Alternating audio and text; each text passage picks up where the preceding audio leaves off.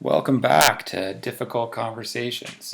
We've been engaging in a course around how to have difficult conversations and relating it to the notion of how student leaders and some of the challenges student leaders face in their roles and how they can engage in better conversations with people, whether peers or colleagues within an organization. So this is topic number 5. Really, what we're going to get into is some of the tips and tricks. And then I'm going to have some group activities at the end that you can use within your student organizations to build sort of a culture and a dialogue where it's okay to bring up these topics and to have these discussions because you've built a skill level within the organization in which people are comfortable with it.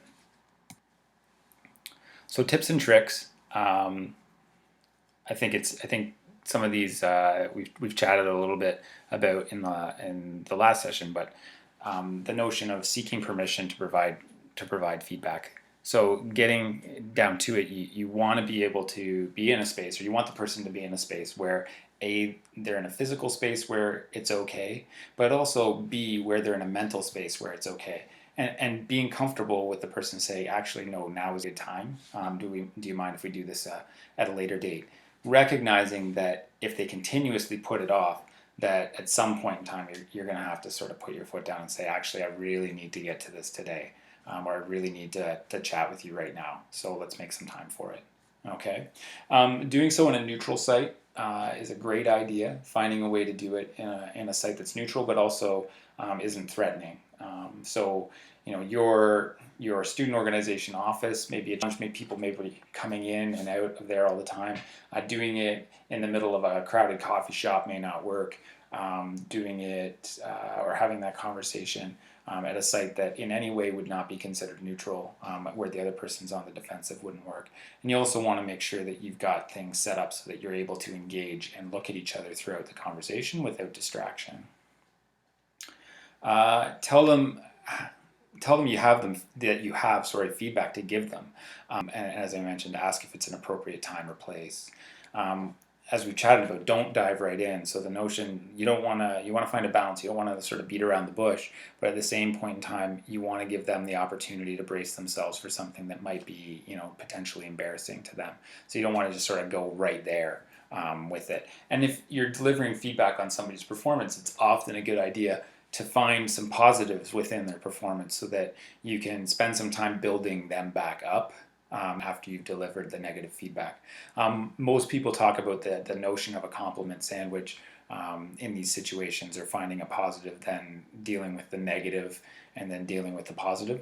I think that can work. I think you just have to make sure that it's appropriate. The example I always use to sort of prove my point there is that you could be addressing someone's work performance or their performance on an event or something, and say something along the lines of, Kevin, I really think that you bring a lot to the team. However, your performance back there was dreadful. I noticed that you didn't come in on time, you didn't submit your budget work on time, and to get the approvals was really, really challenging for the rest of the team. However, I really, really like that pant and shirt combination, right? So you can see that, like, if you can't come up with a positive that really sort of equates to the level of severity of the negative feedback that you're getting, that can ring as hollow. So you want to make sure that you're being sincere through that. Own the feedback. So if it's people coming to you, multiple people coming to you and saying, this is what we have concerns with, what you still need to do is own the fact that you're the one who's delivering the news, right? So if somebody comes to you and says that they've overheard somebody using inappropriate remarks or acting inappropriately towards somebody, then own the fact that you're the one who's addressing it, and in doing so, again, you remove some of the embarrassment of everybody's talking about you, and you really are just sort of saying, this is a concern that I have with it. Give your perspective and be willing to take their perspective. right? And I think that's the important part. So remember, very first thing, I read that quote from Yogi Berra, but the notion of that we have two ears and one mouth for a reason, because we probably should be listening twice as much as we should be talking. That's really important to think about when you're having these conversations, is be prepared to sit back and listen and take that all in, and let the person sort of work through the emotion of the conversation. You've had an opportunity to process, at least I hope you have, because you've used sort of the 3 steps and you've had an opportunity to gain some perspective. It might be challenging for the other person to do so. Agree upon an action. So as we talked about throughout sort of the last bit of in the doing it section, we talked about being direct, but we also talked about having to have an action item at the end to provide clarity as to what it is that you're hoping to get out of the conversation. That's incredibly important. You don't want to leave it sort of up in the air at the end where it's vague and the person doesn't really know what they're getting, what's expected from them and what they're into. So you want to ensure that you've agreed upon an action. And then you also want to ensure that you've agreed upon a time when you're going to follow up on that action, and when you're going to follow up to make sure that the changes have happened. Now, if you're having a difficult conversation with an entire group of people, say based on a decision that you've made, many of these principles still apply. In essence, instead of giving feedback, you're just providing information that may be challenging. So you want to ensure that you don't dive right into that decision, and you want to own the decision. Obviously, give your perspective and be willing to take time to listen to their perspective, and then in the end, come to some resolution as to what the action is going to be, and then how you're going to follow up on any of the concerns that were voiced. So let's get into the group activities. There are 2 of them. I'm just going to sort of quickly read through them.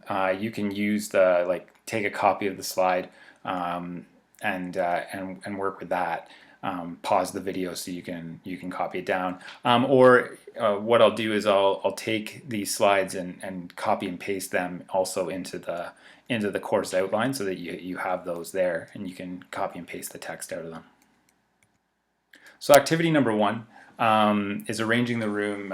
So what you do is, with your group, arrange them in a circle and divide the group into pairs or triads. Triads if it's an odd number, pairs if it's an even number, is usually the easiest way to do it. Ask each pair or triad to come up with a scenario in which they have had to engage in a difficult conversation.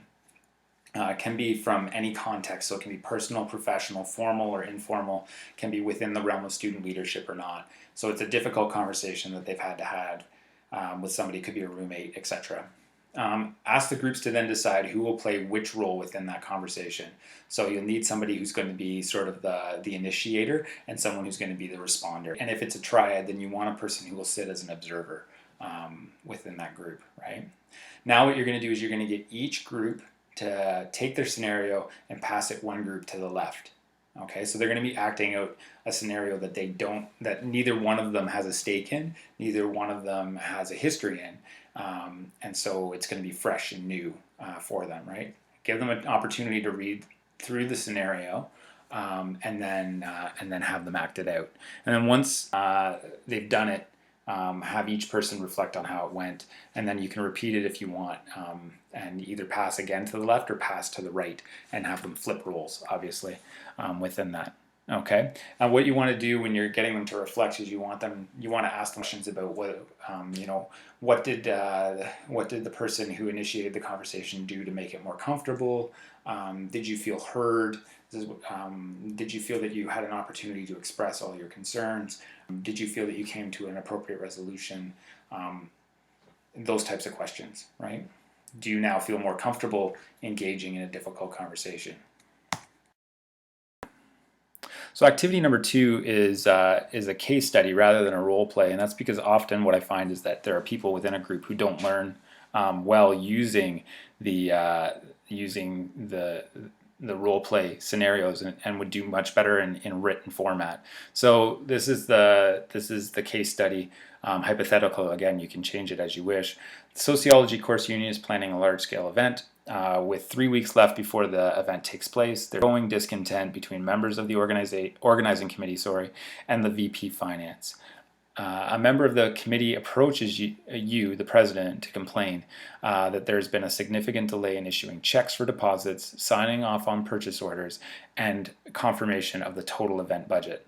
There is also a concern that the daily revenue reconciliation process for ticket sales is not being completed on a timely basis, and at this point, the event's success is in jeopardy.